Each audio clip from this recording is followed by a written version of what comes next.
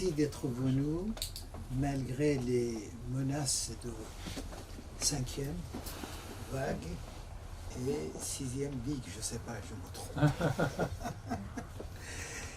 Mais en tout état de cause, et aussi les menaces de numérique et à distance. Parce que la distance a facilité les choses.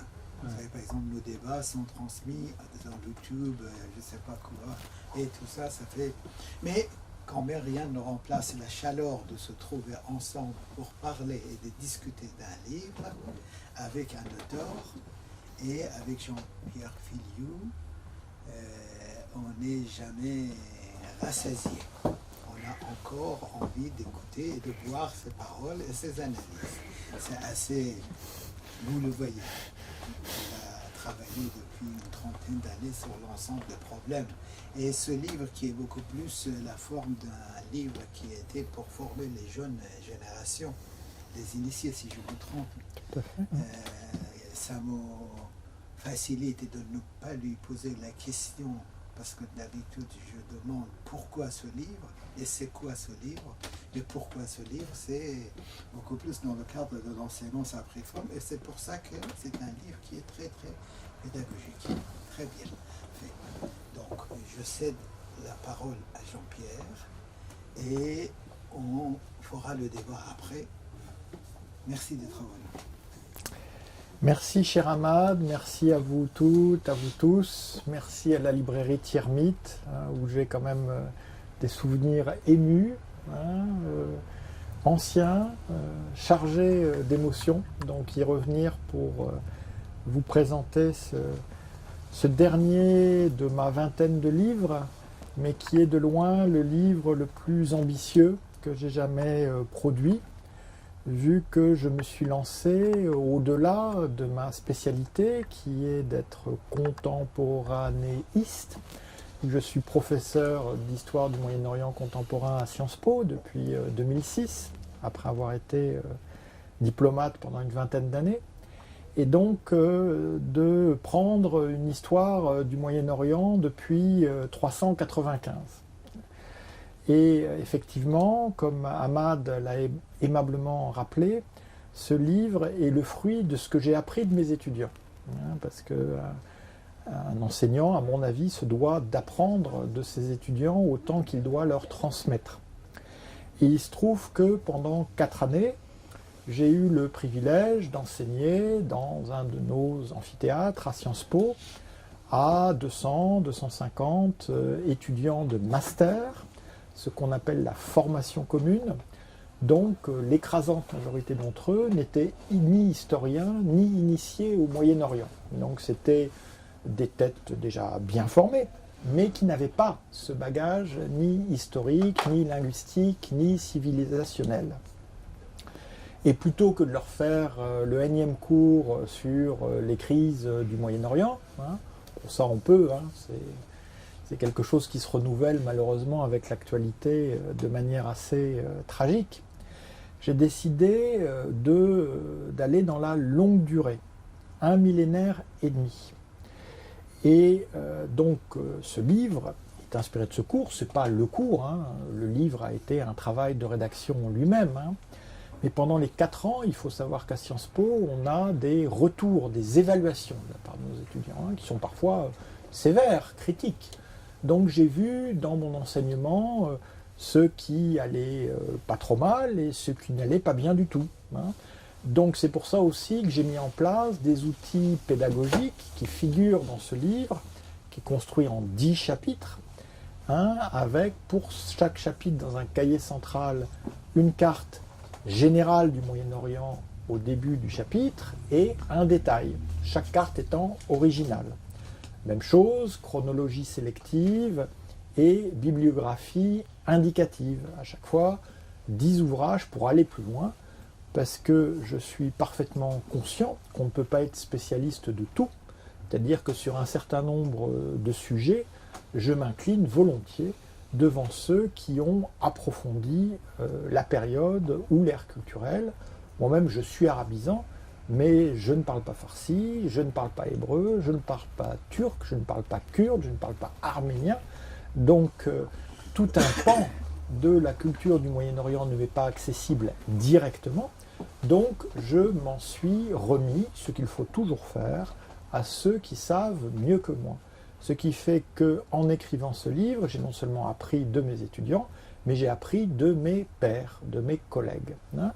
Alors, le milieu des mondes, parce que, voilà, ce Moyen-Orient qu'on croit tous connaître, parce que l'actualité est extrêmement dense, tous les jours, vous avez des nouvelles du Moyen-Orient qui sont généralement dramatiques, mais qui, justement, parce qu'elles sont dramatiques, parce qu'elles sont porteuses de violence, de sang, elles captent l'attention. Et moi, je suis convaincu, je l'enseigne à mes étudiantes, à mes étudiants, que le Moyen-Orient est un générateur de puissance. Ce n'est pas uniquement un endroit où il se passe les crises que l'on connaît, c'est aussi un endroit où une puissance devient une puissance ou pas. Et d'ailleurs, je commence par la fin, si aujourd'hui l'Amérique n'est plus une puissance mondiale, si l'Amérique peut abandonner ses amis, ses alliés, ses partenaires, ses collaborateurs en Afghanistan dans les conditions qu'on sait, si l'Amérique peut trahir la France pour un contrat de sous-marin et de basse considération matérielle, c'est qu'elle n'est plus une puissance à l'échelle mondiale. Et c'est au Moyen-Orient qu'elle a avoué, qu'elle abdiquait en fait ce dessein qui était celui que je décris dans le dernier chapitre, Vie et mort du Moyen-Orient américain de 1990 à 2020.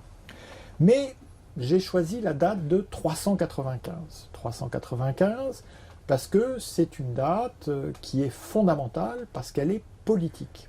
C'est la date de la fondation de l'Empire romain d'Orient par séparation de son frère jumeau, l'Empire romain d'Occident, qui avait capitale à Rome puis à Ravenne, et qui va très vite sombrer sous le coup des invasions barbares. En revanche, l'Empire romain d'Orient, à Constantinople, est une puissance qui va s'inscrire dans la durée, plus d'un millénaire, et qui va être une puissance structurante, qui va produire des normes, le code justinien, entre autres, et qui va produire des institutions. Donc c'était aussi pour renverser ce qu'on entend trop souvent, « Oh, pauvre Occident qui doit subir les crises d'Orient ». Ben voilà, en 381, c'était le contraire. C'était l'Orient qui devait subir les crises qui ravageaient l'Occident. Et c'est en Orient qu'une grande partie de ce qu'on présente aujourd'hui comme l'héritage judéo-chrétien de l'Europe s'est formé. Ça s'est formé en Orient, ça ne s'est pas formé en Europe. Ça a été importé en Europe à partir de l'Orient, que ce soit évidemment les structures des églises ou quelque chose qui va façonner, y compris dans l'environnement du quartier latin, c'est le monachisme. Tout ça né au Moyen-Orient, né en Égypte, né dans le désert de Judée, avant que finalement les monastères et les ordres s'implantent en Occident. Donc ça permettait déjà de renverser le regard entre Orient et Occident. Et puis surtout, le sous-titre, c'est une histoire laïque. Alors, histoire laïque, aujourd'hui, on sait qu'on met la laïcité à toutes les sauces, y compris les plus nauséabondes. Donc, je pense qu'il ne faut pas laisser la laïcité aux démagogues. Il faut revendiquer la laïcité comme étant, effectivement, non seulement une des valeurs cardinales de la République, mais une valeur fondamentale dans le monde académique et pour la recherche universitaire. Donc laïcité, évidemment, au Moyen-Orient, on dit donc vous ne voulez pas faire du religieux. Non, c'est beaucoup plus dialectique que cela. La laïcité, c'est pas du tout essayer d'occulter la dimension religieuse. C'est montrer comment les processus religieux sont des processus historiques et désacraliser les histoires saintes.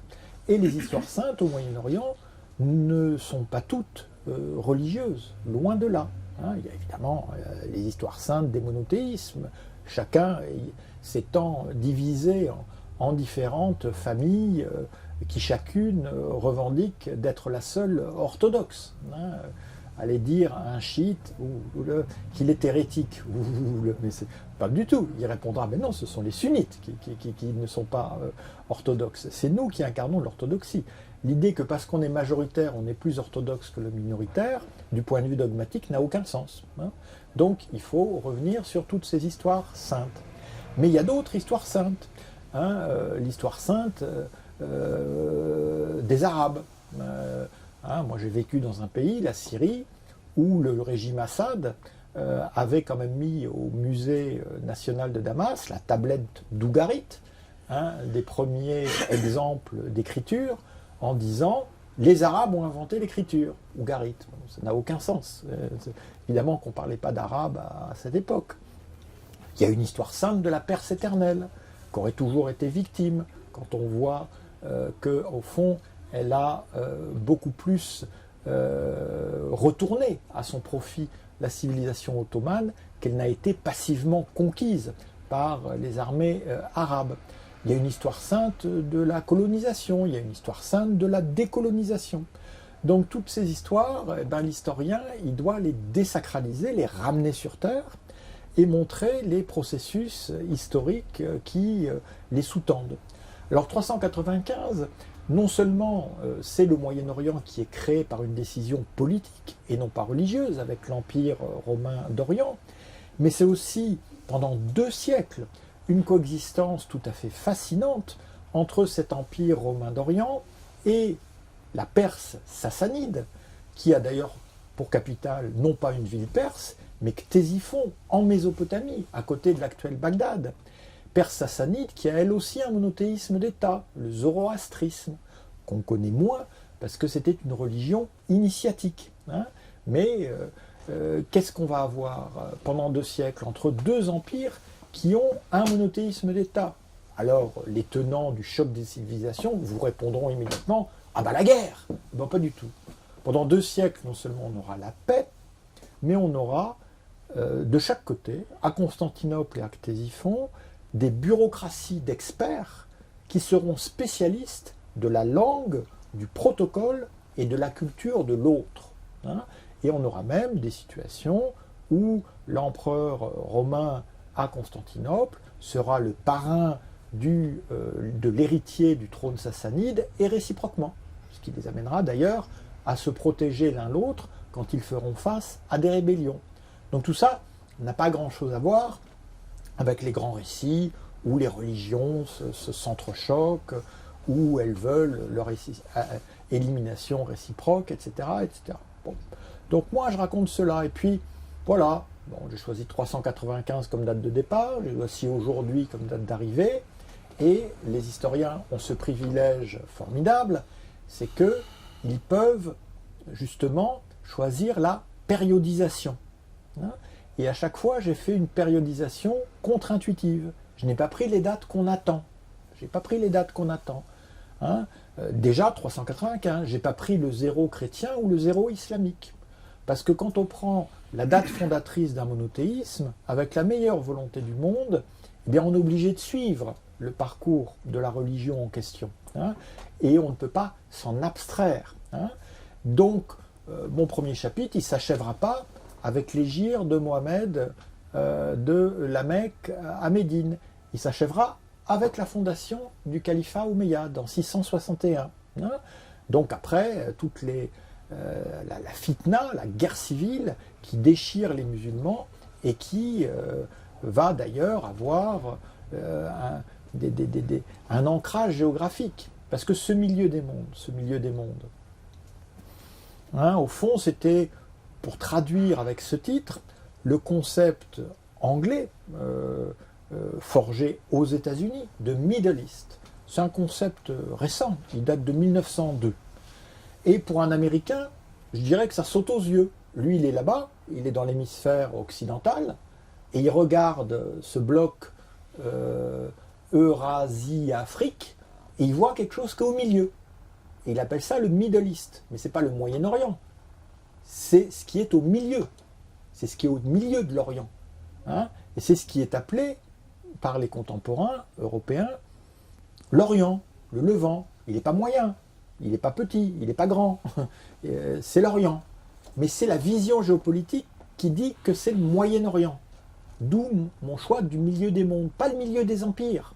Parce que la plupart du temps, cette région a été terre d'empires qui se sont répandus à l'extérieur, même si d'autres empires vont s'y intéresser et évidemment les impérialismes à l'époque contemporaine. Mais on voit bien que ce milieu des mondes, il est structuré autour de 3 pôles, la Mésopotamie, l'Égypte, la vallée du Nil, et puis la Syrie des géographes, pas la Syrie martyrisée par Hafez puis Bachar el-Assad, c'est la Syrie au sens large qui couvrirait tout cet espace qu'il y a justement entre l'Irak et l'Égypte. Hein. Et donc on voit bien qu'en Égypte, avec la vallée du Nil, en Irak, avec la Mésopotamie, depuis l'aube de l'humanité, se sont mis en place des systèmes littéralement pyramidaux qui sont fondés sur le contrôle de la ressource rare qui est l'eau. Et que donc on a ces systèmes autoritaires, voire pour certains totalitaires, hein, avec une main-d'œuvre servile extrêmement nombreuse. Hein. Tandis qu'en Syrie, on a un peu de tout. On a un peu de tout parce qu'on a un peu tous les environnements. On a les plaines littorales, on a les chaînes côtières, on a les vallées intérieures, on a les plateaux, on a les déserts, on a les oasis. Et donc, cette Syrie va devenir, je dirais presque mécaniquement, en tout cas naturellement, écologiquement, du fait de sa diversité d'environnement, un sanctuaire de minorités. Hein, vu que, j'y reviendrai, au Moyen-Orient, on est toujours la minorité de quelqu'un. C'est pour ça qu'il faut ne jamais l'oublier quand on dit « Ah, méchante majorité qui opprime la gentille minorité », ben, quand la gentille minorité devient elle-même majoritaire, parfois elle se comporte exactement de la même façon avec ceux qui sont devenus mécaniquement des minorités. Hein. Et donc en Syrie, on a cette diversité. Et donc qu'est-ce qui se passe en 661 ? Il se passe qu'il y a un empire, l'empire byzantin, qui est repoussé, et il y a un empire, l'empire sassanide, qui disparaît. Hein, qui disparaît, même si le zoroastrisme mettra encore 3 siècles à disparaître. Hein. Le grand sanctuaire de Tarté-Souleyman, en Azerbaïdjan, aujourd'hui, va continuer à opérer jusqu'au Xe siècle, au début du Xe siècle. Mais qu'est-ce qu'on voit en 661 ? Moi, je fais une histoire laïque. Qu'est-ce que je vois ? Je vois les Omeyyades qui se coulent dans les rites du pouvoir byzantin. Ils arrivent, ils voient Damas, cette ville merveilleuse, extraordinaire, hein, aujourd'hui aux mains d'un tyran, et ils voient une église où il y a une cathédrale, où il y a la tête de Jean-Baptiste, donc de Yahya, prophète de l'islam, et on va avoir pendant des années, il ne faut pas exagérer cette coexistence, mais il ne faut jamais l'oublier, une église qui sera aussi mosquée, où les chrétiens et les musulmans vont ensemble vénérer la relique de Jean-Baptiste Yahya avant que ça devienne la mosquée des Omeyyades et donc que le culte chrétien en soit banni. Mais plus important, avant les Omeyyades, on priait n'importe où dans l'islam. Il n'y avait pas de lieu dédié. Hein. Et là, on va commencer justement à construire en miroir de la chrétienté byzantine des mosquées cathédrales. Hein. Et dans ces mosquées cathédrales, eh ben, on va faire 2 choses. On ne va pas faire évidemment le sermon du dimanche, on va le faire le vendredi, hein, mais on va le faire du haut d'une chaire, d'un minbar. Donc on voit comment des rites chrétiens ont été islamisés et sont présentés aujourd'hui comme étant consubstantiels à la pratique de l'islam. Et tout ça s'est fait parce que, comme les archéologues qui travaillent sur le début de l'islam en Syrie l'ont souvent dit, ils parlent d'une conquête invisible. Alors qu'il y a des destructions dans toute la Perse, en Syrie, il n'y en a pratiquement pas. Les Omeyyades s'installent dans les palais, dans les demeures, dans les rites de pouvoir des Byzantins. Il y a donc un transfert. Et d'ailleurs, ne jamais oublier que la conquête islamique ne s'accompagne pas d'une islamisation des populations. Le Moyen-Orient va rester pendant au moins 2 siècles majoritairement chrétien. Hein, donc c'est pas mécanique. C'est pas parce que... Voilà, il faut voir qu'un des problèmes de la perception du Moyen-Orient et de l'islam, c'est qu'on n'arrête pas de projeter les catégories de l'Europe chrétienne. Donc dans l'Europe chrétienne, on le sait avec les guerres de religion, si un souverain il est catholique, les sujets sont catholiques, protestants, orthodoxes.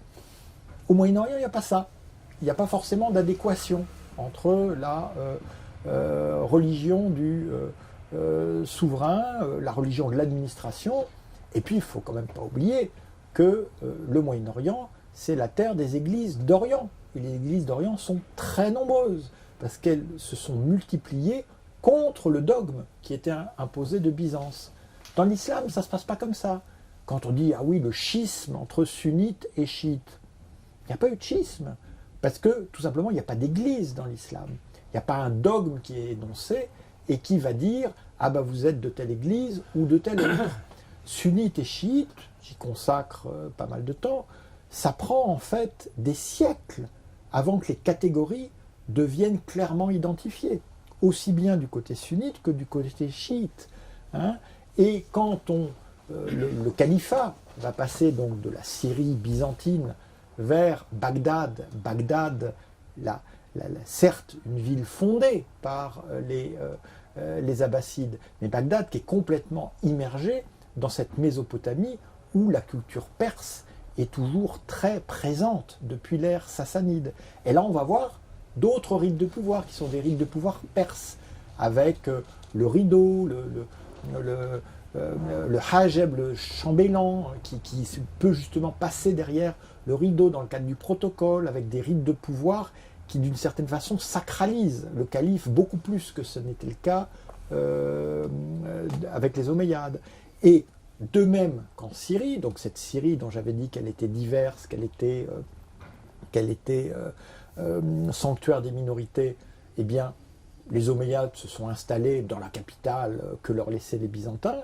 Les Abbassides avec Bagdad, les Fatimides plus tard avec le Caire, vont créer eux-mêmes leur capitale. Ils ne vont pas s'installer dans une capitale qu'ils trouveraient, à la fois pour asseoir leur dynastie, mais aussi pour se détacher de l'héritage de leurs prédécesseurs.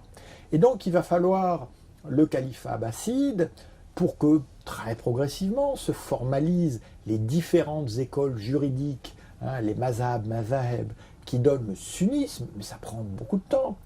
Et on voit bien que même du temps des Abbassides, il y a des allers-retours. On troque le drapeau noir des Abbassides pour le drapeau vert des Alides. D'ailleurs, c'est pour cela que les différents imams, les descendants d'Ali, vont être surveillés de près, voire empoisonnés, tués par les différents califes abbassides, parce qu'ils veulent les garder tout près d'eux. Ils ont peur que leur charisme, leur légitimité arrive à les contester. Et donc, ce n'est au fond que au 9e, 10e siècle qu'on a des dogmes qui se consolident entre les sunnites et les chiites. Et même dans ces conditions, on va avoir ce qui aujourd'hui terrifierait tous ceux qui expliquent que oui, sunnites et chiites, ils se détestent. D'ailleurs, c'est ça qui explique toute l'histoire du Moyen-Orient. Ils veulent... Moi, je ne suis pas si vieux que ça, je vais avoir 60 ans. Moi, j'ai connu un Moyen-Orient où j'avais des amis au Liban, en Irak. Je ne savais pas s'ils étaient sunnites ou chiites. Je ne le savais pas. Parce que ce n'était pas important. Ce qui était important, c'est de savoir si on était au Parti communiste, si on était syndicaliste, si on avait d'autres formes d'identification. On ne vous réduisait pas à cette identité confessionnelle. Et ça, c'est il n'y a pas très longtemps. Et aujourd'hui, pourquoi on nous rebat les oreilles avec sunnites et chiites? Parce qu'on a deux théocraties, la République islamique d'Iran et l'Arabie saoudite, sunnite, qui ont décidé que voilà, l'une d'entre elles était la seule théocratie légitime en islam. Tout ça n'a rien à voir avec l'histoire des peuples et avec leur immense patrimoine, et tout avec des luttes de pouvoir très contemporaines. Donc pour revenir au Xe siècle, il se passe quelque chose qui aujourd'hui paraîtrait complètement fou. Ça va durer un siècle. On va avoir des émirs chiites, les bouyides, qui vont exercer leur tutelle tout à fait bienveillante sur des califes sunnites à Bagdad, et qui ne vont pas interférer, qui ne vont pas essayer d'imposer le dogme chiite, qui vont laisser le calife sunnite être le représentant de la religion islamique. Hein. Donc, qu'est-ce qu'on dit aussi? Ah oui, oui, politique et religieux dans l'islam. On ne peut pas séparer le politique et le religieux dans l'islam. Et donc, d'un côté, on a un empereur byzantin qui est le lieutenant de Dieu sur terre. C'est comme ça, c'est le dogme, y compris lors de l'inauguration de Sainte-Sophie. De l'autre côté, qu'est-ce qu'on a? On a Islam, din wa daoula. L'islam est religion et État. Alors déjà, daoula, c'est un terme très connoté. Daoula, au début, ça voulait dire la révolution. Littéralement, la révolution, ce qui tourne, dawala. Et c'est devenu l'État parce que les Abbassides ont fait une révolution, qui est d'ailleurs partie de la Perse, et même de l'Est de la Perse, du Khorasan, qui a été menée par un Perse, Abu Muslim, jusqu'à, en effet, renverser les Omeyyades et installer les Abbassides, donc à partir de la Mésopotamie. Mais quand on dit ça, chacun dit ça. Le calife dit ça parce qu'il ne veut pas que les oulémas soient critiques. Et les oulémas disent ça parce qu'ils veulent que le pouvoir leur soit soumis à leur diktat religieux. Et les oulémas eux-mêmes sont divisés entre les différentes écoles religieuses, à l'intérieur du sunnisme, puis les chiites, et puis il y aura d'autres familles de l'islam, les ismaéliens, les alaouites, les druzes. Donc on voit qu'on a beaucoup plus de diversité et qu'on a en fait une tension permanente sur la définition même de la légitimité du pouvoir. Et que la charia, ça peut être aussi un ensemble de normes qu'on oppose aux dirigeants pour limiter son arbitraire. Donc ce n'est pas uniquement la version absolument épouvantable et dégradée qu'en proposent les talibans, sans parler des djihadistes. Donc il ne faut jamais oublier que quand eux parlent charia, il faut ajouter leur version de la charia, pour ne pas encourager les amalgames. Donc on a cette... et puis on a, dès le XIe siècle, une séparation très claire, le titre est là, ça aurait pu être le cas avec les émirs bouyides, mais ils n'ont pas osé, ils sont gardés du titre émir, c'est-à-dire, on peut traduire par prince dans les principautés, mais émir ça veut dire commandant, c'est ça. Donc eux c'était des commandants, il y avait le calife, donc on a déjà la distinction entre pouvoir exécutif et pouvoir religieux. Et cette distinction devient encore plus claire quand on a des sultans, avec les Seljoukides. Sultan, c'est l'autorité exécutive. Donc on a la sulta exécutive et le calife, qui a une petite autorité exécutive à Bagdad et alentour, mais qui au fond n'a plus qu'une autorité spirituelle. Donc voilà, oui, il y a une distinction entre le politique et le religieux dans l'islam, la preuve, entre le sultan et le calife. Quant au califat, qu'est-ce qu'on n'a pas écrit depuis que l'infâme Bagdadi est monté en chair à Mossoul? Qu'est-ce qu'on n'a pas fait comme honneur à tous ces bandits, à tous ces gangsters, en disant « Ah oui, il représente la pulsion irrépressible des musulmans qui ne pourraient pas vivre sans califat. » Alors là, l'historien, il est obligé quand même de rappeler que déjà, le calife, à partir du Xe siècle, pour les émirs bouyides, et à partir du XIe siècle, pour les sultans seldjoukides, puis khwarizmiens, il n'a plus beaucoup de pouvoir. Il est loin d'être reconnu par l'ensemble des musulmans. En plus, il y a un califat concurrent au Caire, et en plus, il y a un troisième califat pendant un même moment, une période en Andalousie. Mais de toute façon, ce qui est certain, c'est que après 1258, la chute de Bagdad aux mains des Mongols et la destruction des Abbassides, il n'y a plus eu aucun califat digne de ce nom. Qu'est-ce qu'il y a eu après? Il y a eu les Mamelouks qui ont pris un Abbasside sous leur protection, qui l'ont laissé se reproduire en captivité, pour que eux, les descendants d'esclaves, les sultans qui gouvernaient l'Égypte et la Syrie, aient la légitimité de ce calife par délégation. Mais la prière, elle était faite au nom du sultan de l'islam ou al-muslimin, du sultan de l'islam et des musulmans, c'est-à-dire le Mamelouk.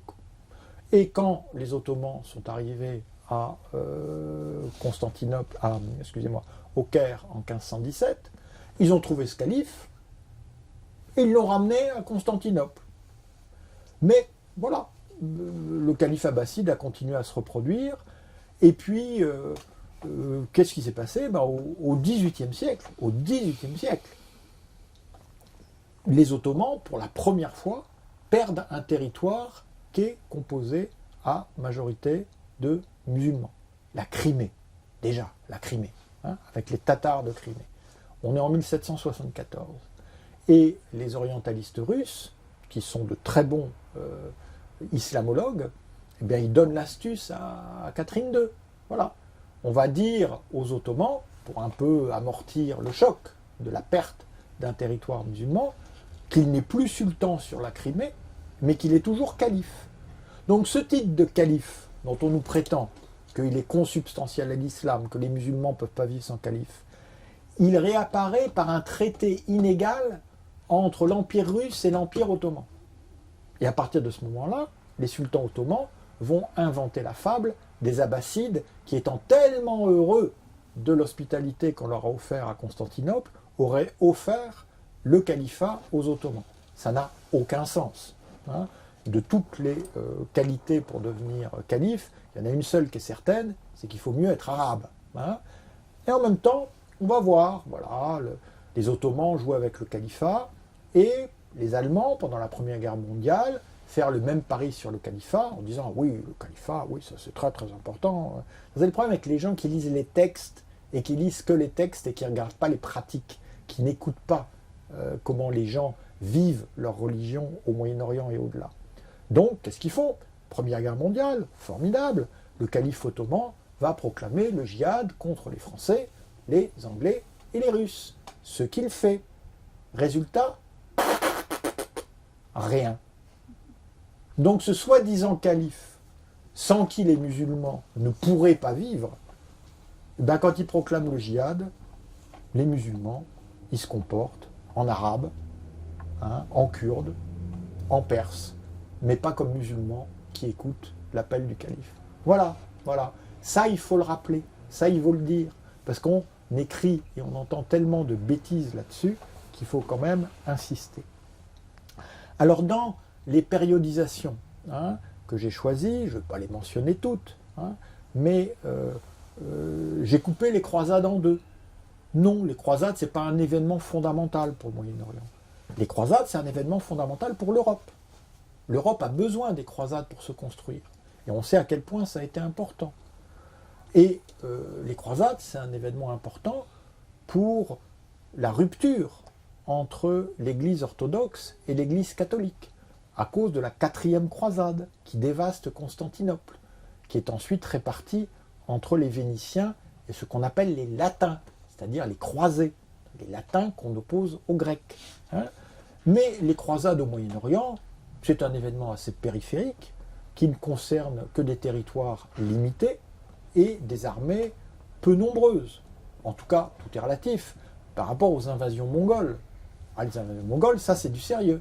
Ça oui, ça justifie qu'on ouvre ou qu'on ferme un chapitre pour parler de la déferlante qui va emporter le califat abbasside, ou plus tard de Tamerlan qui, de 1394 à 1401, va complètement ravager le Moyen-Orient. Et Tamerlan, Tamerlan il est quoi? Il est musulman. Ah, alors les musulmans tuent des musulmans. Ah, c'est pas une guerre entre chrétiens et musulmans. Ah, et Tamerlan, il est quoi? Il est sunnite. Ah, il va ravager quelle ville? Damas, la sunnite, Bagdad, la sunnite, et toute une série de villes sunnites. Ah, alors c'est pas les sunnites et les chiites. Ah, alors qu'est-ce qui se passe alors? Il se passe la politique, il se passe les invasions, il se passe les constructions d'empires. Et donc le fameux antagonisme sunnite et chiite, il apparaît quand? Il apparaît au début d'un chapitre. Je ne prends pas 1453. 1453, je sais, c'est important, la chute de Constantinople aux mains des Ottomans. Mais ce n'est pas si important que ça. Ce n'est pas la fin d'un monde. Constantinople, ce n'était plus qu'une puissance régionale, qui contrôlait effectivement la portion stratégique des détroits du Bosphore. Mais quand les Ottomans arrivent à Constantinople, qu'est-ce qu'ils font? D'abord, ils gardent le nom. Ils gardent le nom. Constantinié. Istanbul, c'est le XXe siècle. D'ailleurs, Istanbul, Istanpulos, c'est un nom grec, c'est pas du tout un nom oriental. Hein, c'est dans la ville. Hein. Et c'est au XXe siècle que la République turque va imposer le nom d'Istanbul sur celui de Constantinople. Les Ottomans s'accommodent très bien de Constantinople. C'est pas du tout leur souci. Et quand ils arrivent, ben, qu'est-ce qu'ils font? Il y avait un palais, un sérail, ils vont construire un Yeni Sérail, un nouveau palais, qui s'appellera plus tard, beaucoup plus tard, Topkapi. Mais ils font exactement ce qu'ont fait les Omeyyades à Damas. Ils se coulent dans les rites de pouvoir et dans les palais des Byzantins. Hein. Donc, la rupture n'est pas si forte. Non, la vraie rupture, c'est 1501. Et 1501, c'est quelque chose d'extraordinaire. Alors on nous dit, ah oui, la Perse chiite. La Perse chiite, bon, la Perse chiite, jusqu'en 1501. Alors on dit, oui, elle était peut-être majoritairement chiite. Peut-être. En fait, on n'en sait rien. On n'en sait absolument rien. Hein. Ce qui est certain, en revanche, c'est qu'on a une confrérie soufie, sunnite, qui s'appelle les Safavides, qui va tardivement se déclarer chiite et qui va considérer que son chef est descendant du 7e imam. Et que ce chef, qui a 12 ans, il faut quand même imaginer l'intensité de ce qui se passe à cette époque-là, Ismaïl, eh ben c'est le Mahdi, c'est le 12e imam qui est revenu sur terre. Et donc, c'est cette pulsion messianique, cette angoisse de la fin des temps, qui va faire que, quand les Safavides vont finalement, alors qu'eux-mêmes ne sont pas perses, ils sont turkmènes, hein, donc finalement, à partir de l'Azerbaïdjan, hein, pas à partir du plateau central ou même du Khorasan, à partir de l'Azerbaïdjan, contrôler la Perse, et ils vont imposer le chiisme par la force. Hein, c'est-à-dire qu'on va rentrer dans les mosquées, et si on ne dit pas « Wa Ali, Wali Allah », ben voilà, on vous tue. Voilà. Alors, effectivement, la conversion, là, c'est assez rapide. Sauf qu'une fois qu'ils ont imposé le chiisme d'État, ils se rendent compte qu'ils ne savent pas ce que c'est. Une fois qu'ils ont dit 2-3 prières, ils ne savent pas ce que c'est le chiisme. Ils ne savent pas. Et c'est un point sur lequel je vais revenir. C'est que la plupart des gens dans ce Moyen-Orient qu'on nous dit travailler par les guerres ne savent pas ce qu'ils croient. Ils ne savent pas. Soit parce que c'est des prêtres des différentes églises d'Orient qui, eux, connaissent la différence entre filioque et ceci et cela. Mais les croyants ne savent pas. Tout ce qu'ils savent, c'est que ensemble, ils tiennent bon, et que face à eux, il y a des gens qui disent « Vous, vous êtes à persécuter, vous êtes nos ennemis, etc. » C'est ça qui fait les groupes. C'est pas la croyance, c'est les rites partagés, et c'est les épreuves endurées ensemble qui donnent à chaque groupe l'impression d'être une forme de peuple élu. Je reviens donc sur le Shah Ismaïl et sur son fils Tahmasp, il se rend compte que une fois, on est chiite, mais on ne sait pas ce que c'est. Donc on importe des théologiens, hein, Al-Karaki, hein, on les importe de Najaf, de Kerbala, du Bahreïn, du Liban. Et peu à peu, on chiitise par le haut. Mais il n'y avait aucune fatalité à tout ça. C'est un processus très heurté, hein, avec toute une série de querelles. Et là aussi, toujours l'idée, comme Ismaïl a été vaincu, finalement il n'est pas le Mahdi, il est le représentant du Mahdi. Donc, comme représentant du Mahdi, il peut déléguer aux religieux, mais après les religieux disent « Ah ben non, c'est nous qui vous déléguons le pouvoir religieux ». Et cette tension, on sait qu'elle perdure jusqu'à l'avènement de la République islamique. Et donc 1501, c'est fondamental, parce que les Ottomans, à cause de cette menace perse, et uniquement à cause de cette menace perse, vont se tourner vers le Moyen-Orient. Jusque-là, eux, ils sont tournés vers l'Europe, c'est ça qui les intéresse. C'est les Balkans, c'est le Kosovo, c'est Budapest. Hein, c'est pas le Moyen-Orient. Mais la possibilité que les Safavides s'allient aux Mamelouks font que les Ottomans vont prendre l'initiative et vont s'emparer d'ailleurs très rapidement du Moyen-Orient en 2 ans. Hein. Et donc, du coup, on se retrouve avec un empire sunnite et un empire chiite. Alors dire, ah, ça y est, donc voilà, il y a les sunnites contre les chiites, là, c'est bien. Eh ben non, eh ben non. Parce que les villes saintes chiites, hein, ben vont être du côté ottoman, du côté sunnite. Et quand, au bout d'un certain nombre de guerres, en 1639, je fais la carte parce qu'elle n'est jamais montrée telle qu'elle, hein, toutes les cartes sont originales, on a finalement une frontière d'empire entre les Safavides et les Ottomans. Est-ce que c'est une frontière linguistique? Pas du tout. On parle perse des deux côtés, on parle turc des deux côtés, on parle arabe des deux côtés. Est-ce que c'est une frontière religieuse? Ah ben non, les villes saintes chiites, elles sont en Irak. Quant au... est-ce que c'est une frontière ethnique? Non, il y a les Arabes du Khouzistan, hein, etc., etc. Donc ce sont des constructions politiques. Eh bien, cette frontière, elle a tenu jusqu'à aujourd'hui. Elle a survécu à l'abomination de la guerre Irak-Iran de 1980 à 1988. Et si aujourd'hui cette frontière, elle tremble un peu, même si internationalement elle est toujours reconnue, c'est grâce à qui? C'est à George W. Bush, qui en renversant Saddam Hussein, a considéré que, effectivement, une fois le dictateur disparu, tout était bon pour s'opposer à lui. Et l'Iran, méthodiquement, a implanté ses réseaux. Mais même maintenant, vous voyez que la contestation en Irak, c'est une contestation anti-iranienne. Le pôle religieux de contestation de Khamenei, c'est Najaf, c'est l'ayatollah Sistani. Le vrai défi que la République islamique d'Iran doit affronter, ce sont les chiites d'Irak. Donc ça n'a rien à voir avec une prétendue solidarité automatique entre confessions. Donc voilà, alors je mentionnerai encore un point, et puis je m'arrêterai là, parce que ce que je voudrais, c'est qu'on ait quand même un échange. Hein. Et donc, par ma périodisation, j'ai aussi décidé que le long 19e siècle, j'en ferai deux.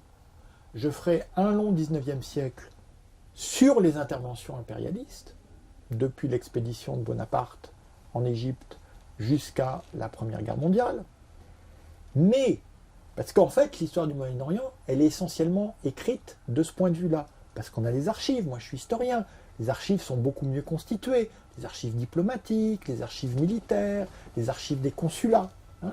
Donc trop souvent, on fait l'histoire du Moyen-Orient à partir de ces interventions qui ont été très importantes, hein, mais qui ne peuvent pas à elles seules expliquer ce à quoi je consacre un chapitre en propre, que j'appelle Réforme, Renaissance et Révolution, donc à la fois les Tanzimat ottomanes, la Nahda arabe, et évidemment les révolutions iraniennes de 1906, enfin révolution perse à l'époque, 1906-1911, et révolution jeune turque de 1908 à 1913. Et là, en consacrant un chapitre à cela, en montrant qu'il y a eu au Moyen-Orient des formes de vivre ensemble. Je n'idéalise pas, je ne vais pas faire une histoire laïque pour moi faire une histoire sainte de « Oh, ils s'aiment tous au Moyen-Orient ». C'est pas vrai, c'est pas vrai. Il y a de l'incompréhension au Moyen-Orient, il y a de l'intolérance, il y a eu des massacres, il y a eu des éliminations, il y a eu des discriminations, bien sûr. Sauf que, regardons ce qui se passait en Europe au même moment. Hein, et on se rend compte qu'au Moyen-Orient, il y a des formes de vivre ensemble. Et que ces formes-là, elles vont au-delà des confessions. Alors que, dès 1861 au Liban, que fait la France? Elle arrive au Mont-Liban et elle dit il faut un conseil avec 4 maronites, 2 grecs orthodoxes, 1 grec catholique, 3 druzes, 1 sunnite, 1 chiite. On n'a jamais fait ça dans l'Empire ottoman. On a des milliers, on a des communautés qui sont constituées à la fois pour des raisons fiscales et pour servir d'interlocuteur au pouvoir ottoman. Mais l'idée de couper comme ça en tranches, c'est pas possible. D'ailleurs, pour une raison très simple, les Ottomans ne reconnaissent pas les musulmans non sunnites, ce qui permet aux chiites de s'auto-organiser assez bien, et ce qui est une des raisons fondamentales, on oublie trop souvent, de la conversion relativement tardive au XIXe siècle des tribus du sud de l'Irak qui deviennent chiites pour échapper au service militaire. Vu qu'à partir du moment où elles sont chiites, on les embête plus vu qu'on considère qu'elles sont déviantes. Hein. D'où le fait qu'aujourd'hui encore, en Irak, vous avez des tribus mixtes, en partie sunnites, en partie chiites. Voilà. Hein. Donc, Ça, j'ai essayé de le faire, hein, et de montrer ainsi qu'il y avait une autre histoire qui était possible et que, effectivement, les puissances impérialistes en ont décidé autrement en brisant le droit à l'autodétermination des peuples du Moyen-Orient dans les conditions qu'on sait au XXe siècle. Je suis convaincu que les crises qui continuent de ravager le Moyen-Orient sont fondamentalement le fruit de ce déni du droit à l'autodétermination. Et plus on essaiera de reconstruire je ne sais quel ordre par le haut, avec je ne sais quel dictateur qui se pose en rempart contre le chaos, alors qu'il est lui-même la source principale de chaos et d'instabilité, plus on aura des crises. Il faut voir qu'actuellement, nous sommes dans une régression absolue. Pour avoir des niveaux comparables au bain de sang dont le maréchal Sissi a entouré sa prise du pouvoir au Caire en 2013, il faut remonter à l'expédition de Bonaparte en Égypte et à l'écrasement du soulèvement nationaliste du Caire. Pour trouver un niveau de violence comparable à celui qui ravage la Syrie aujourd'hui, il faut remonter à Tamerlan en 1400-1401. C'est pour dire que non seulement ces dictateurs et autres bandits qui se font soi-disant élire par des plébiscites de soumission, qui sont des rites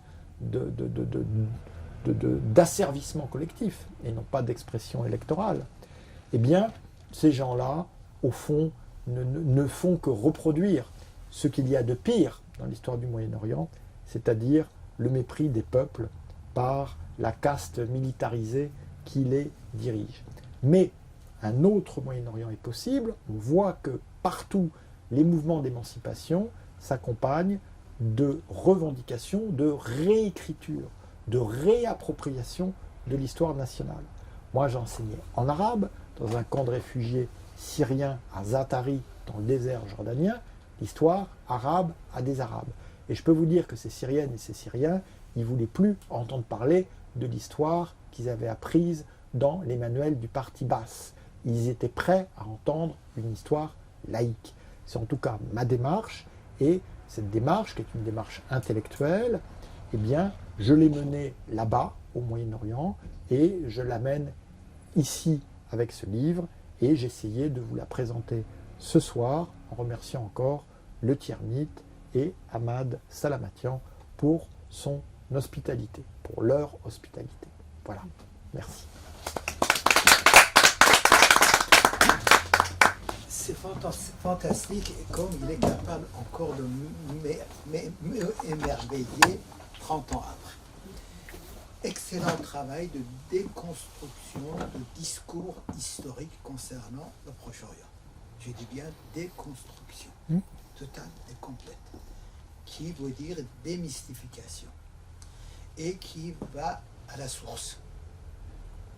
L'Orient, le Moyen-Orient, a commencé par quelques générations qui ont été formées à l'Occident, à regarder son histoire dans les canaux imposés par la vision d'une certaine période de l'Occident, qui ne voyait là que la guerre de religion.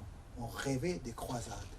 Et à force de le rêver de ce côté-là, on est arrivé d'une certaine manière de réveiller l'idée de cette guerre, d'inventer pour les autres qui parlent aujourd'hui des croisés, des non-croisés. Je vous invite seulement pour une chose, et je commence le débat. Si un jour vous avez l'occasion de voyager en Iran, allez visiter les ruines qui restent de grandes mosquées de Sultaniye à Zanjan.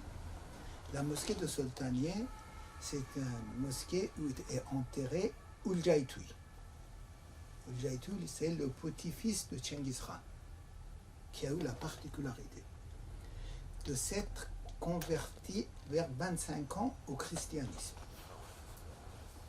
vers 32 ans au sunnisme, vers 36 ans au chiisme, et quand il s'est converti au chiisme, un grand ministre qu'il avait, qui était d'une famille juive, Rashiduddin Fazlullah, s'est rendu compte que le prince n'avait pas eu sa circoncision.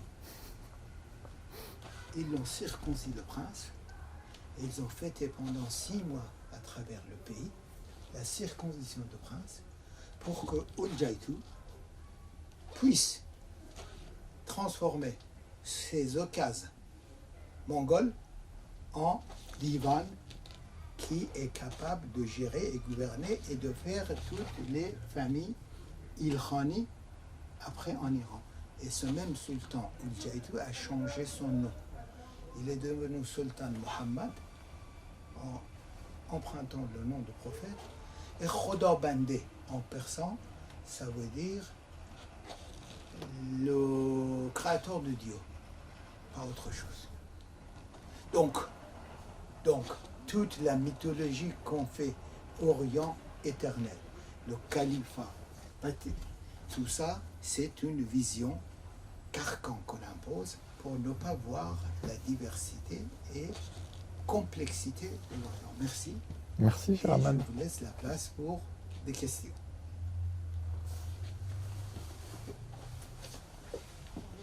Une question très naïve. En fait, je voulais comprendre le titre. Un peu Le plus milieu des fort. mondes. Quel monde? Ben, comme je vous dis, hein, quand on est le monsieur, l'amiral américain qui invente le concept de Moyen-Orient, parce que moi j'ai toujours été gêné par ce Moyen-Orient. En fait, ce Moyen-Orient, il n'est pas moyen du tout. Il est au milieu. Hein, on n'a pas réussi à traduire autrement le Middle East. Il est au milieu. Donc, plutôt que de faire le NM jeu de mots sur milieu, Orient, etc., j'ai tout simplement voulu appeler ça pour ce que c'est, le milieu des mondes. Et les mondes, on voit bien que ce sont les continents européens, asiatiques et africains. Et effectivement, je n'ai pas voulu le milieu des empires, parce que ça aussi c'est un peu galvaudé, parce que c'est une zone qui a produit des empires. Hein. Donc il y a l'espace, il y a le triangle Syrie, Égypte, Irak, et puis après, s'enchasse dans ce triangle, la Perse évidemment, l'Anatolie, hein. L'Anatolie ça veut dire l'Orient en grec, hein. Donc la Turquie d'Asie, hein, et la péninsule arabique. Et donc là on a effectivement ce milieu des mondes, ce triangle qui est lui-même enchâssé dans 3 espaces, hein, et avec de la péninsule arabique une émergence une seule fois, un empire qui émerge avec l'islam, mais on voit en même temps que très vite, l'islam quitte la péninsule arabique comme centre de pouvoir. Il va même, de 683 à 692, les Omeyyades vont s'acharner sur Médine, puis la Mecque, hein, où un contre-calife s'était installé. La Turquie, on voit bien qu'elle correspond, hein, au fil en écho entre les Byzantins et les Ottomans, avec cette idée d'un empire qui est au nord-ouest et qui, à partir de Constantinople, va gouverner soit un bout, soit la majeure partie de la région. Et puis la Perse, elle s'est cherchée longtemps, hein, vu qu'au début, la Perse, sa capitale, elle était en Mésopotamie. Enfin, au début de mon récit, hein, je ne parle pas évidemment de Persépolis. Hein. 395, je pense que je suis allé aux limites de ma profondeur historique. Il ne faudrait pas que j'aille beaucoup trop loin. Hein. Donc on voit que la Perse, ça peut être l'Azerbaïdjan, c'est même très souvent l'Azerbaïdjan, hein, à partir de Tabriz, hein, d'où émergent les pouvoirs, ou le Khorasan, c'est-à-dire littéralement l'Orient, hein, le levant de la Perse. D'où émergent les Abbassides, d'où émergent les Seldjoukides, et d'où émerge la catastrophe des invasions mongoles. Hein. Donc on voit comment tout ça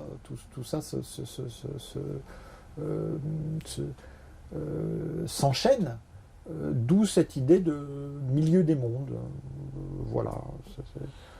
Parce qu'effectivement, comme titre, une histoire laïque du Moyen-Orient, il faut mieux mettre ça en sous-titre. C'est plus un projet, hein, je dirais même un acte intellectuel. Et puis il faut un titre qui soit un titre, un vrai titre, qui fait rêver. Alors j'espère que Milieu des mondes, ça fait rêver. Voilà.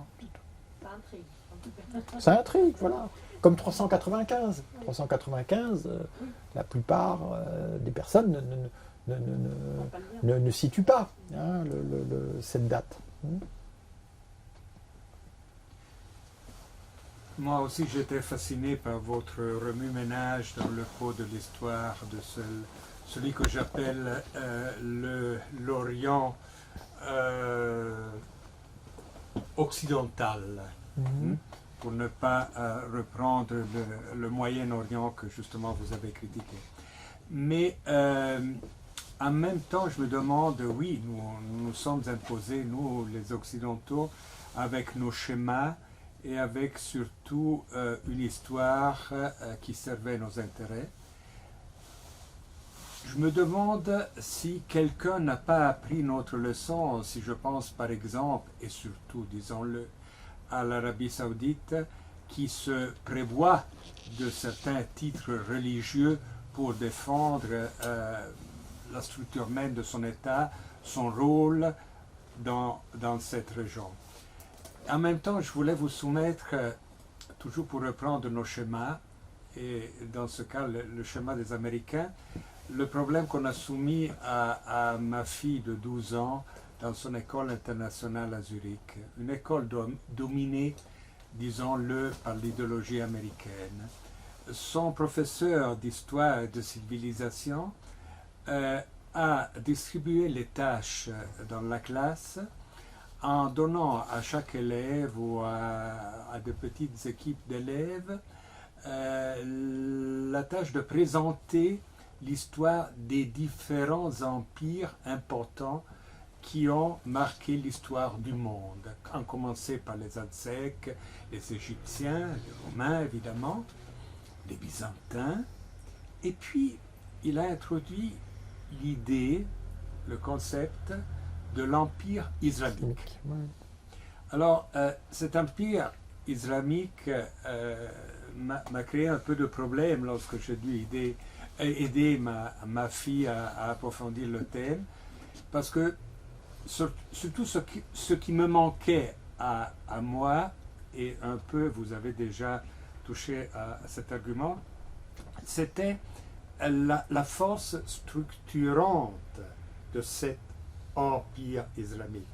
C'est-à-dire, sans vouloir critiquer tout de suite l'idée, je me suis dit, mais oui, mais à côté des invasions, à côté des guerres, à côté de l'expansion qu'on a justement tellement reproduit dans même des publications comme celle-ci que je viens d'acheter au kiosque et destinées aux enfants et aux écoliers justement, on voit cette expansion, on se dit mais ils y arrivent comment ces gens? Ils y arrivent évidemment armés, mais derrière qu'est-ce qu'il y avait?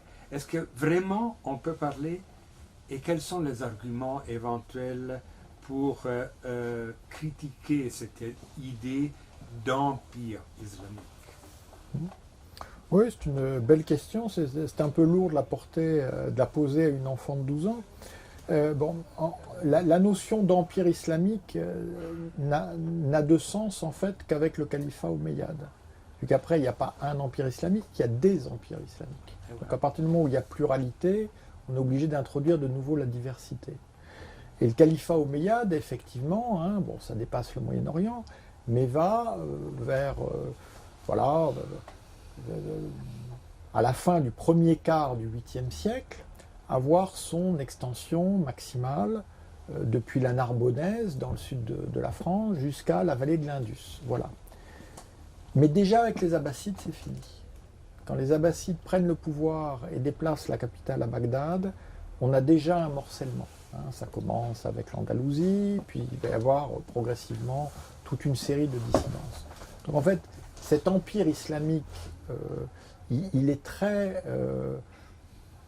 daté. Et il dure beaucoup moins que les Aztèques, que les Romains, que les... Donc, en fait, moi, à la place de cet enseignant, j'aurais parlé de l'Empire ottoman. Ça, on a une construction qui a un commencement, qui a une fin, qui s'inscrit dans des siècles, tandis qu'en fait, la conquête islamique, assez vite, va s'autochtoniser. Et elle va donner des pouvoirs, certes islamiques, mais qui correspondent à l'environnement dans lequel il se trouve. El-Andalus, dans l'Espagne islamique, les différentes dynasties berbères, les Toulounides en Égypte, etc., etc. Puis après, il y aura le conflit des califats. Donc, en fait, assez vite, ça se divise, ça se sépare. Et la religion n'est pas suffisante pour assurer la cohérence de ces constructions impériales.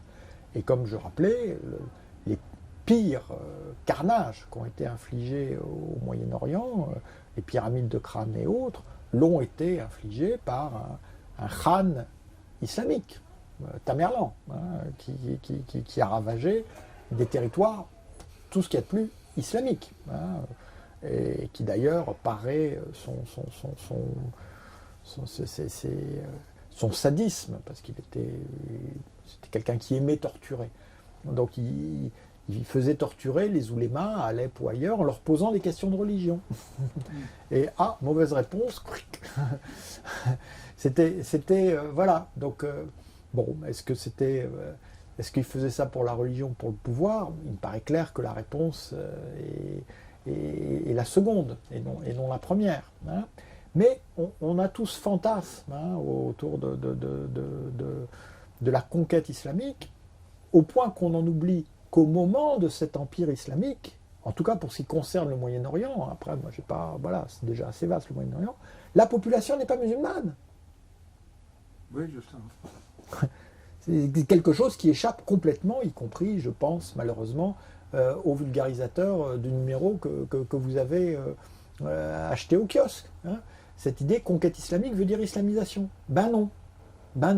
Et je dirais d'ailleurs que les musulmans au pouvoir n'ont aucune envie de convertir la population, parce que ça fait plus d'impôts, ça fait plus de main-d'œuvre, etc., etc. Alors que une des raisons de la révolution abbasside, c'est que les convertis, qui n'étaient pas,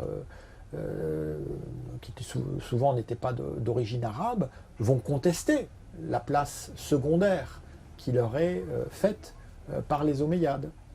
Et en fait, la révolution abbasside, c'est fondamentalement, c'est pour ça qu'elle part de Perse et qu'elle est animée par un Perse, c'est la révolution des convertis musulmans non arabes qui veulent avoir la place qui est censée leur être reconnue maintenant qu'ils sont égaux en religion avec leurs conquérants. Donc on voit que c'est beaucoup plus compliqué qu'il n'y paraît.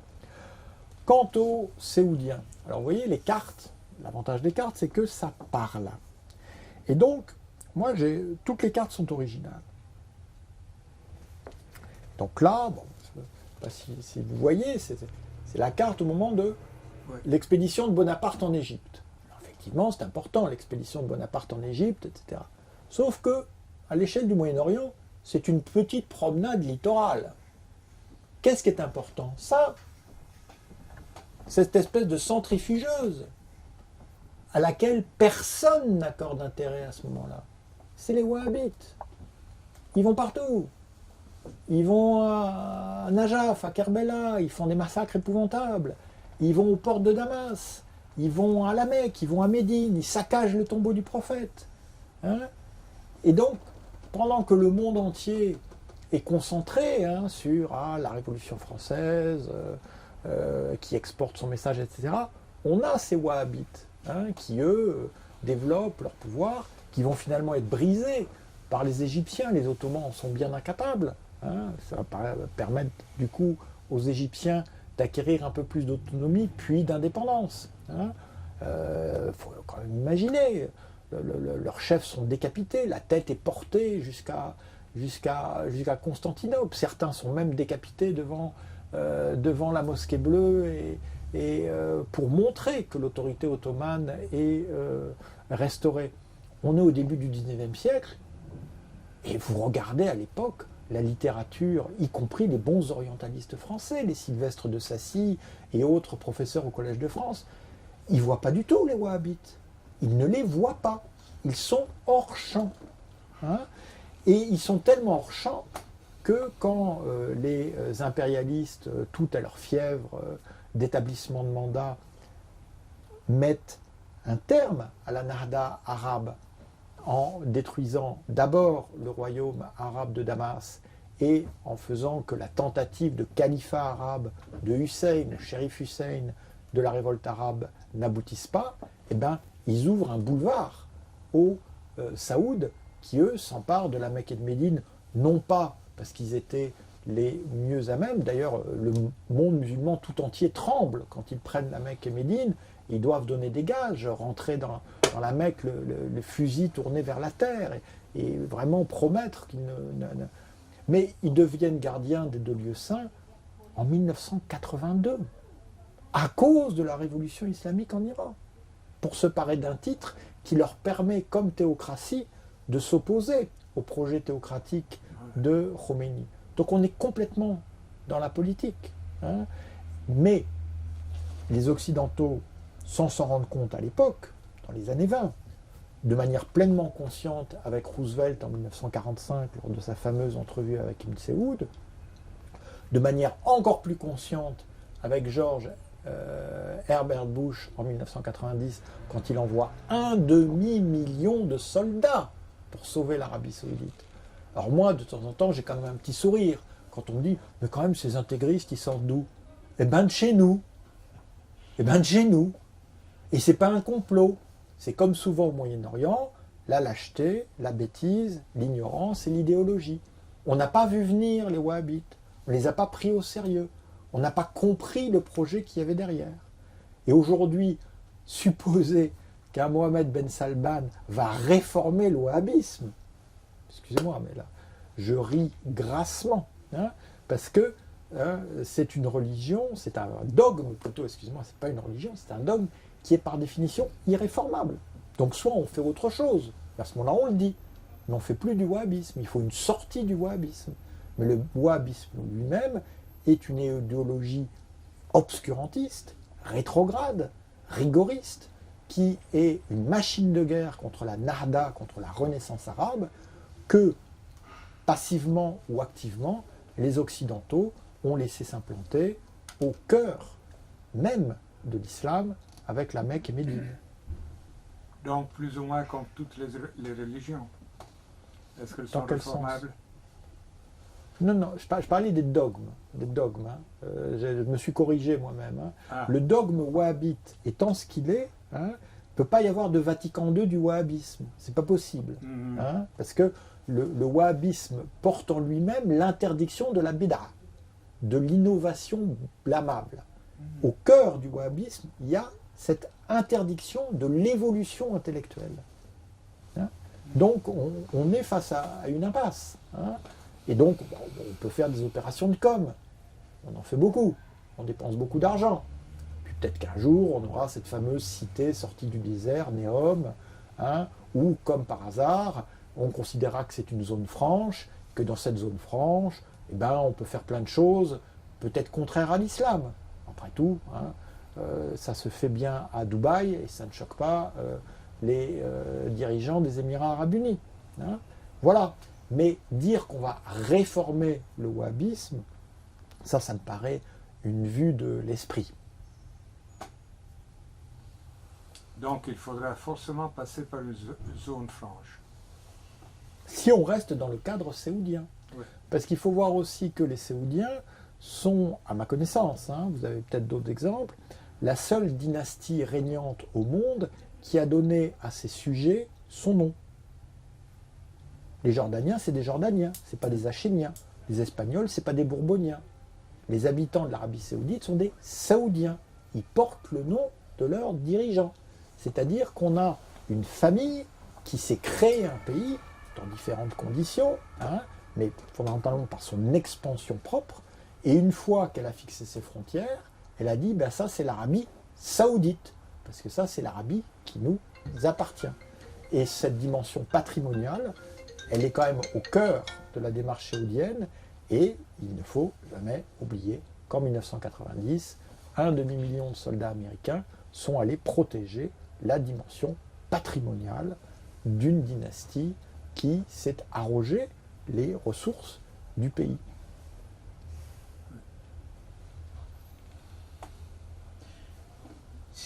Est-ce que je peux être pour saoudien? Moi, je préfère l'idée de salafisme. Oui, enfin, c'est encore une autre dimension. Et salafisme, ça clarifie très bien cette position. Mhm. Si vous voulez réformer le salafisme, vous ne vous référez plus à reproduction de ce qui est passé. Salafisme, c'est ça. Oui, c'est ça. Retour aux origines strictes. Mm. Et histoire du Moyen-Orient laïque. Mhm. En français, est-ce que ça ne peut pas créer des quiproquos sur la signification de laïcité? Parce que ça, c'est beaucoup plus une perception non religieuse de Moyen-Orient. Non, c'est laïque, vu que c'est pas uniquement par rapport aux religions que j'exerce mon regard critique, c'est aussi par rapport aux autres récits sacrés. Donc c'est justement de dire que les récits sacrés nous apprennent beaucoup de choses sur ceux qui les produisent, mais pas sur la réalité qu'ils décrivent. Et il se trouve que la laïcité, comme j'ai dit, en France, elle est un peu malmenée. Hein.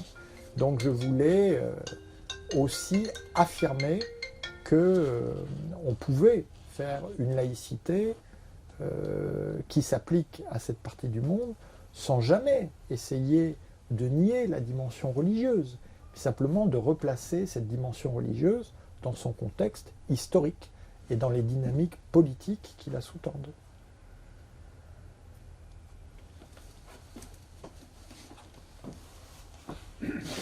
Est-ce qu'il y a d'autres questions? Une petite remarque. Je vous en prie. Et puisque vous avez parlé de 1982, Mhm.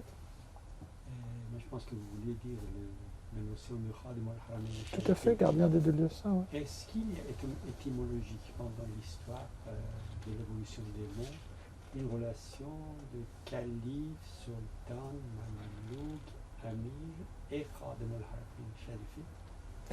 Moi, à ma connaissance, le titre de Khadim al-Haramayn, donc de gardien des deux lieux saints, il est arboré comme titre de pouvoir par les sultans ottomans. Les sultans ottomans, pendant longtemps, ne disent pas qu'ils sont califes. Mais ils disent qu'ils sont gardiens des deux lieux saints. Donc à partir de 1517, quand la Mecque et Médine passent dans leur sphère de pouvoir. Mais ils laissent sur place une dynastie arabe de shérifs, de descendants du prophète, qui essaie évidemment de négocier son autonomie, et les Ottomans essayent en permanence de maintenir leur autorité. On sait que c'est quand même ça qui, à la fin, va conduire à la révolte arabe de 1916, sous l'autorité justement du gouverneur ottoman de la Mecque, qui se révolte contre Constantinople et va devenir en tout cas le premier chef politico-militaire du nationalisme arabe contemporain. Voilà. Et ce n'est pas la première fois dans l'histoire qu'il y a l'attribution d'un lieu qui va légitimiser le pouvoir. Parce que quand on disait calife, on ne parlait pas de la Mecque. Non. On disait sultan, on ne parlait pas de la Mecque. Et c'est la première fois qu'il y a une telle attribution. Oui. Enfin, je vous dis oui, moi quand je ne sais pas, je prétends pas savoir. Mais à ma connaissance, ce titre de gardien des deux lieux saints, il participe d'un rite de légitimation. Ce n'est pas du tout le titre prioritaire des sultans. Quand on fait la prière en leur honneur dans les premiers siècles ottomans, on ne dit pas forcément Khadim al-Haramayn. On dit sultan, on dit. Après, il y a les titres Khan des deux continents, Khakan des deux mers. Ça, c'est des titres beaucoup plus employés. Et puis, plus tard, on dira calife, mais à partir du XVIIIe siècle. En fait, ce qui est important, c'est moins le lieu que le pèlerinage. C'est quand on dit gardien des lieux saints, ça veut dire en fait garant du bon déroulement du Hajj. Et c'est ça la légitimation religieuse. Et ça se fait de deux façons. Ça se fait, en fait, l'Égypte, la fonction principale de l'Égypte pendant longtemps du point de vue des Ottomans, c'est de financer le Hajj. C'est évidemment de verser un impôt à Constantinople, mais avant tout d'assurer les rentrées qui permettent que le Hajj se... Donc ça, c'est pour l'Égypte. Et la Syrie, sa fonction principale, c'est d'être le point de départ de la caravane de Damas à Médine, hein, avec tout un rite, hein, le mahmal, le chameau qui porte les insignes du sultan, etc. Hein. Mais la réalité, parce que la réalité, c'est qu'entre Damas et... pardon, excusez-moi, mais parce que j'aime beaucoup les Bédouins. Moi, j'aime vraiment beaucoup les Bédouins. J'ai passé peut-être parmi les plus beaux moments de ma vie chez les Bédouins. Mais les Bédouins, c'est des Bédouins, quoi. Et entre Damas et les Bédouins, il y a des Bédouins.